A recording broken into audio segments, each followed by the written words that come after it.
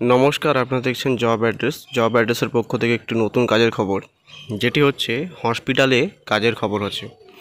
এটা আপনাদের লোকেশন বলার আগে একটু ডিটেলসটা বলে দিই। স্যালারি আছে ইন হ্যান্ড পাবেন আপনারা 12.5 প্লাস পিএফএসআই এবং রুমটা ফ্রি পেয়ে যাচ্ছেন। এটা শিফটিং ডিউটি হবে, মানে 8 ঘন্টা করে ডিউটি, 3 শিফটিং ডিউটি আছে। 1 ঘন্টা ব্রেক টাইম, মাসে 4টে ছুটি এটা থাকবে। এবং এখানে আপনারা পাবেন রুম ফ্রি, থাকাটা ফ্রি পেয়ে যাচ্ছেন। খাওয়াটার জন্যে নিজেকে পে আউট দিতে হবে, বা আপনারা কীভাবে খাবেন সেটা আপনাদের নিজেদের ব্যাপার, বাট কোম্পানি রুম প্রোভাইড করছে।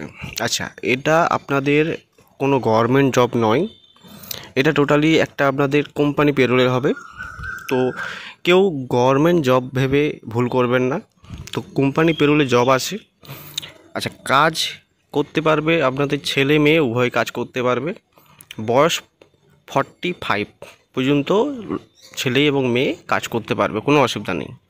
8 পাস করলে এখানে কাজ করা যাবে, মানে মিনিমাম কোয়ালিফিকেশান যদি 8 পাস থাকে তাহলে এখানে কাজ করতে পারবেন। এখানে আপনাদের কাজ কিসের আছে? ওয়ার্ড বয়ের কাজ আছে, ওয়ার্ড বয় ওয়ার্ড গার্লের কাজ আছে। আচ্ছা, রুম প্রোভাইড করা হবে, বললাম আমি, ফ্রি রুম আছে। লোকেশান কি আছে তার আগে বলে দিই, চ্যানেলটাকে সাবস্ক্রাইব করে পাশে থাকুন, বেল আইকনটা ক্লিক করে অল করে দেন।